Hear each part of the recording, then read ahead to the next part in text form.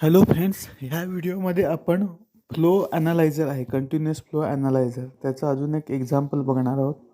अजून एक इन्स्ट्रुमेंटेशन बघणार आहोत, ते म्हणजे डायलिसिसचं. डायलिसिस म्हणजे काय?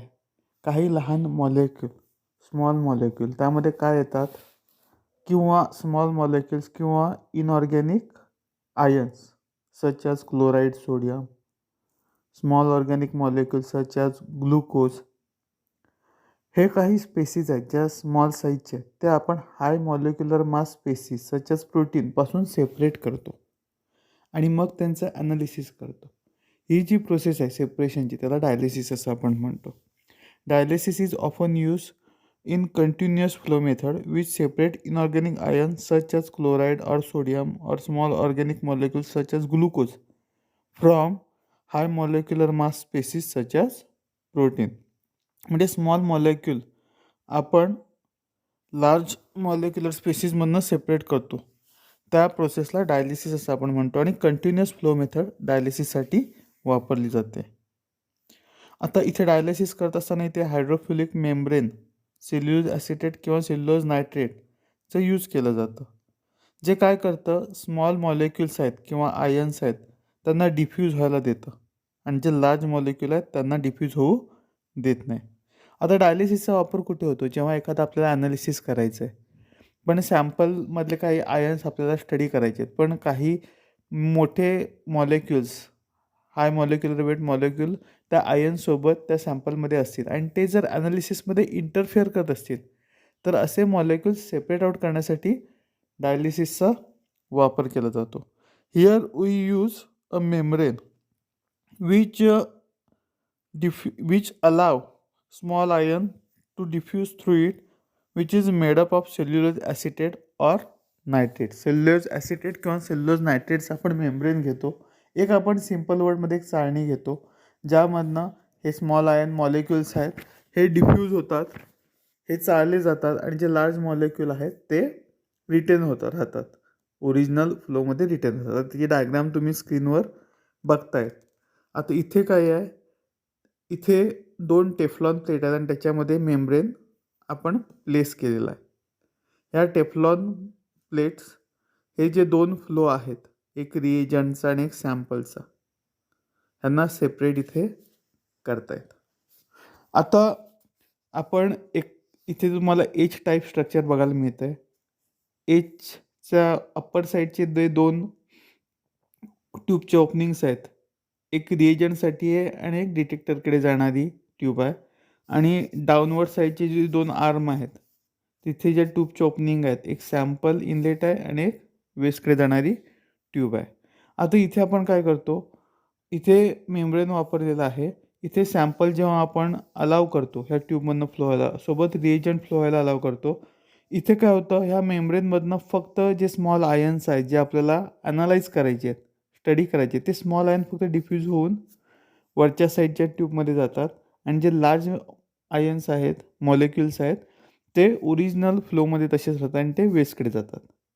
आणि इथे जो रिएजंट आपण फ्लो करतो आहे तो त्या स्मॉल आयनबरोबर अप्पर साईडचे जी ट्यूबिंग आहे त्यामध्ये रिएजंट आपण फ्लो करतो आहे, तो स्मॉल आयनबरोबर इथे रिॲक्ट होतो, एक कलर सोल्युशन तयार होतं आणि ते कलर सोल्युशन आपण डिटेक्टरकडे पाठवतो. इथे फोटोमेट्रिक डिटेक्टर आपण वापरतो आणि आपल्या सॅम्पलचं ॲनालिसिस करतो. हे डायलिसिस ही मेथड आहे आणि इथे आपण कंटिन्युअस फ्लो मेथड ही वापरतो. आता ही जर तुम्ही प्रोसेस बघितलात, तर इथे जे डिफ्युजन आहे स्मॉल आयनचं, जे सॅम्पल आयन आपल्याला स्टडी करायचे त्यांचं डिफ्युजन आहे, हे काही कम्प्लीट डिफ्युजन होत नाही. ऑब्वियस आहे, आपण सॅम्पल इनलेट इथनं मूव्ह करतो आहे आणि मूव्ह होत असताना सगळेच आयन काही डिफ्यूज होऊन त्या रिएजंटबरोबर रिॲक्ट होऊन डिटेक्टरकडे जात नाही. जवळपास 50% कमीच आयन तिथे डिफ्यूज होतात. मग आपल्याला 100% जर क्वांटिटेटिव्ह ॲनालिसिस करायचं असेल, चांगल्या प्रकारे क्वांटिटेटिव्ह ॲनालिसिस करायचं असेल, तर इथे टेम्परेचर कंट्रोल आणि फ्लो रेटचा कंट्रोल हे स्टँडर्ड आणि सॅम्पलचा दोघांचाही इथे फ्लो रेट आणि टेम्परेचर कंट्रोल करणं गरजेचं आहे. And such control is easily accomplished in automated flow injection system. आणि हा जो कंट्रोल आहे जेणेकरून मॅक्झिमम आपले जे आयन आहे ते डिफ्यूज होतील, रिएजंटबरोबर रिॲक्ट होतील आणि डिटेक्टरकडे जाऊन डिटेक्ट होतील. त्यासाठी टेम्परेचर आणि फ्लो कंट्रोल करणं गरजेचं आहे आणि हे कंट्रोल ऑटोमॅटेड फ्लो इंजेक्शन सिस्टीममध्ये होतं. म्हणून फ्लो इंजेक्शन सिस्टीम डायलिसिससाठी वापरली जाते. आता नेक्स्ट आहे ते म्हणजे गॅस डिफ्युजन मेथड. आता गॅस डिफ्युजन मेथडमध्ये आपण काय करतो तर gaseous analyte from donor stream is allowed to diffuse from donor stream to acceptor stream which contain reagent. Then there is a reaction of reagent and analyte takes place, and then analysis of that analyte takes place. आता gas डिफ्युजनमध्ये आपण काय करतो तर gaseous आपलं जे sample आहे हे gaseous sample आपण जे रिएजंट स्ट्रीम आहे त्यामध्ये डिफ्यूज करतो. इथे सुद्धा मेम्ब्रेन वापरलं जातं, टॅफ्लॉन सारखं किंवा आयसोक्रेटिक पॉलीप्रोपिलिन सारखे मेम्ब्रेन, मायक्रोपोरस, हायड्रोफोबिक मायक्रोपोरस इथे मटेरियलचं मेम्ब्रेन वापरलं जातं.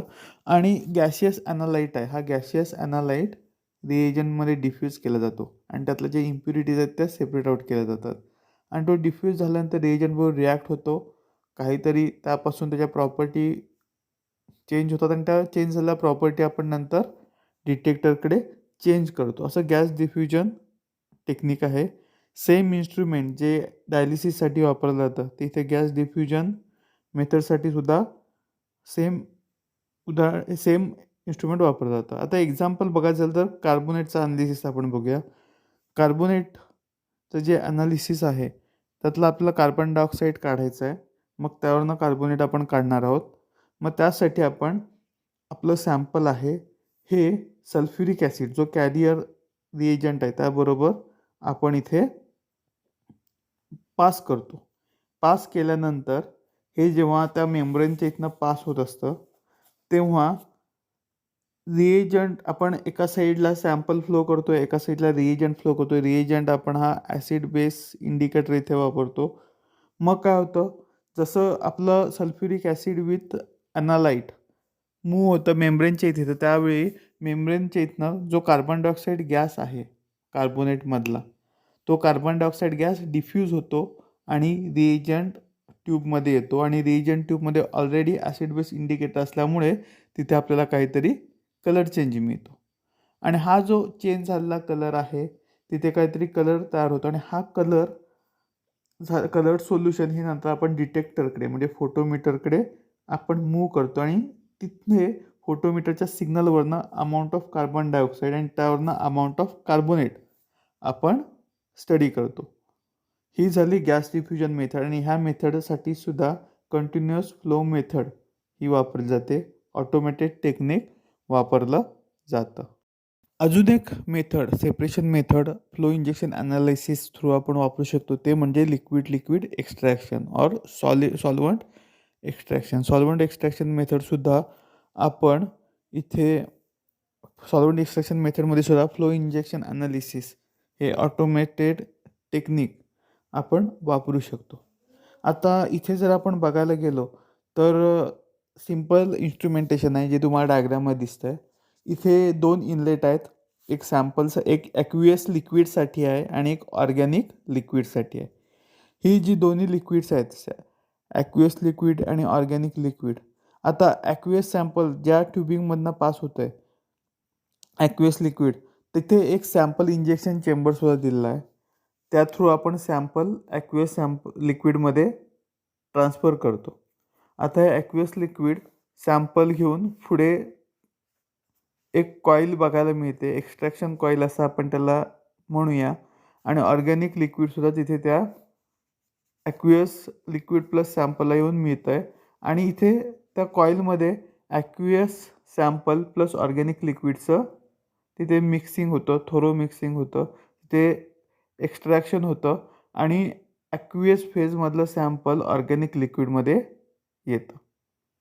मग कॉईलच्या पुढे जर आपण बघितलं तर एक ट्यूबिंग ही वेस्टकडे जाते, ॲक्वियस जे सॅम्पल आहे ते पुढे वेस्टकडे जातं आणि जे ऑर्गॅनिक लिक्विड ज्यामध्ये सॅम्पल एक्स्ट्रॅक्ट झालं आहे ते पुढे डिटेक्टरकडे जातं.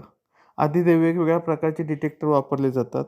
आता फॉर एक्झाम्पल जर आपण इथे colorimetric determination of inorganic cation by extracting aqueous solution of the sample of chloroform containing complexometric agent or complexing agent 8-hydroquinoline.